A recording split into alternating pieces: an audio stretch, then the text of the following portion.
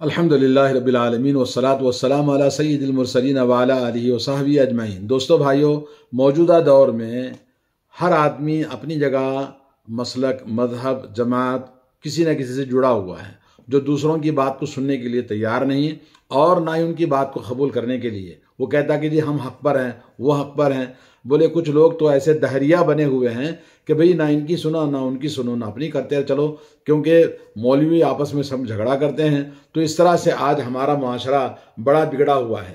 تو آج ہمیں اس بات کی ضرورت ہے۔ اللہ رب العالمین فرماتا ہے، یا ایھا الذین آمنوا علیکم انفسکم لا یضرکم من ضل اذا اہتدیتم الی اللہ مرجعکم جمیعا فینبئکم بما کنتم تعملون۔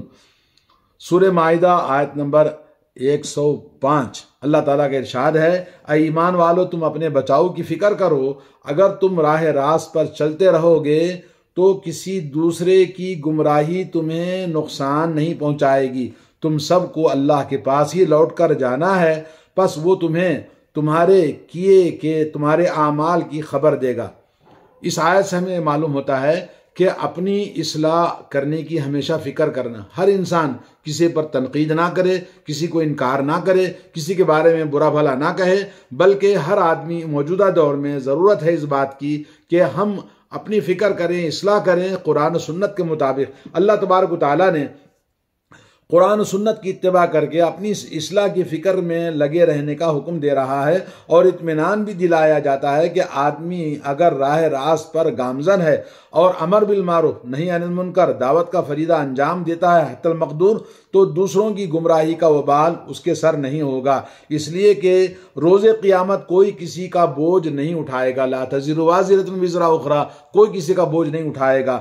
ہر آدمی، ہر شخص اس کے اپنے کیے کا بدلہ ملے گا، دوسروں کے گناہوں کا اس کے سر پر کوئی بوجھ لادا نہیں جائے گا۔ اس آیت کریمہ میں اسی مفہوم کو واضح کیا گیا ہے، لیکن اس کا یہ ہرگز مفہوم نہیں ہے کہ مسلمان امر بالمعروف اور نہی عن المنکر کا کام چھوڑ دیں۔ اور یہ بات ہمیں پتہ ہونی چاہیے، اصحاب سنن نے روایت کیا ہے کہ ابو بکر صدیق رضی اللہ تعالیٰ عنہ امیر المومنین نے حمد و ثنا کے بعد لوگوں سے کہا، اے لوگو تم آیت پڑھتے ہو اور اس کا غلط مفہوم سمجھتے ہو۔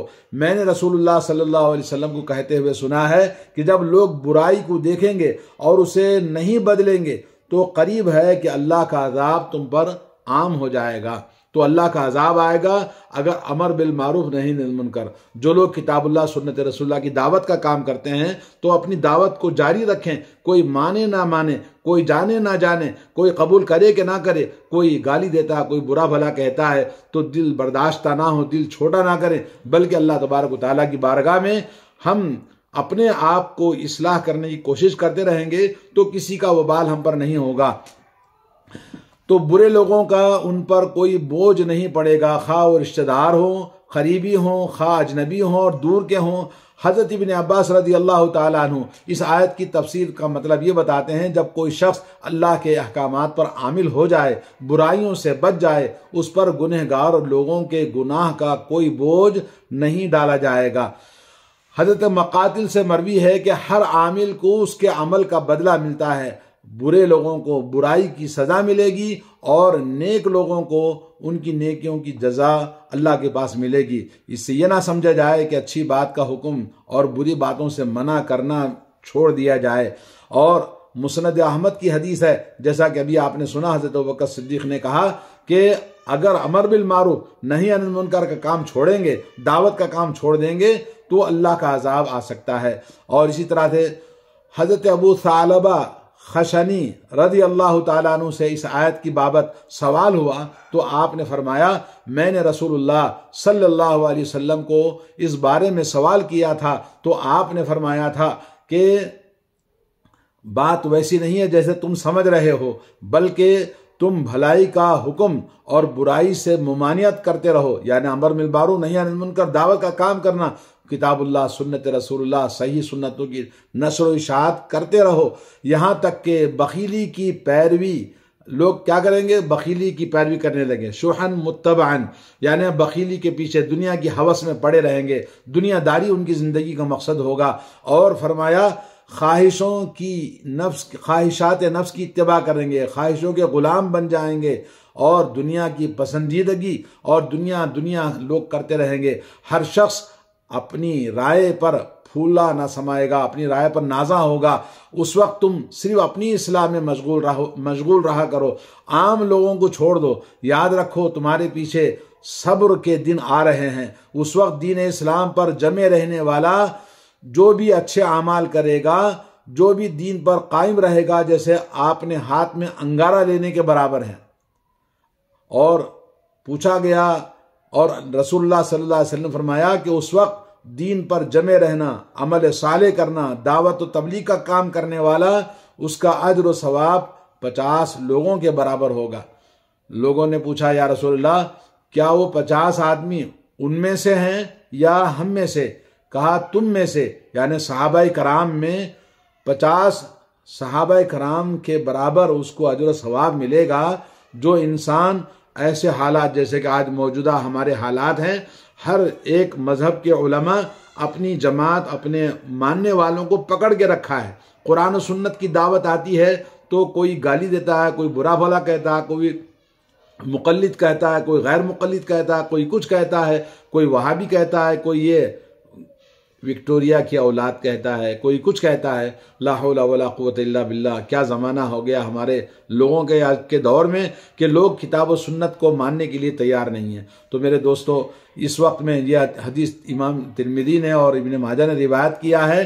اور ایک چیز آپ کو بتاؤں، حضرت عبداللہ بن مسعود رضی اللہ تعالیٰ عنہ سے جب اس آیت کے مطلب دریافت کیا گیا تو آپ نے فرمایا یہ وہ وقت نہیں ہے جو آج تو تمہارے باتیں لوگ مان لیتے ہیں، مان لی جاتی ہیں، لیکن ہاں ایک زمانہ ایسا بھی آنے والا ہے کہ نیک باتیں کہنے والا اور بھلائی کا حکم کرنے والوں کے ساتھ ظلم و زیادتی کی جائے گی اور ان کی باتوں کو قبول نہیں کیا جائے گا۔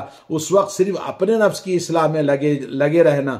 تو اس طرح سے آج ہمارے مشکلات بہت زیادہ ہیں۔ جو قرآن و سنت کا ہم پرچار کرتے ہیں تو لوگ ماننے کے لیے تیار نہیں۔ اور علامہ ابن جریر نے حضرت عبداللہ بن مسعود کی ایک اور بات نقل کی ہے، سنو جب تک تمہارے دل نہ پھٹیں، تمہارا مقصود ایک ہی ہو، تم میں پھوٹ نہ پڑی ہو اور تم میں لڑائی دنگے شروع نہ ہو جائیں، تم اچھی باتوں کی ہدایت کرتے رہو، امر بالمعروف اور بری باتوں سے لوگوں کو روکتے رہو، نہی عن المنکر کا کام کرتے رہو۔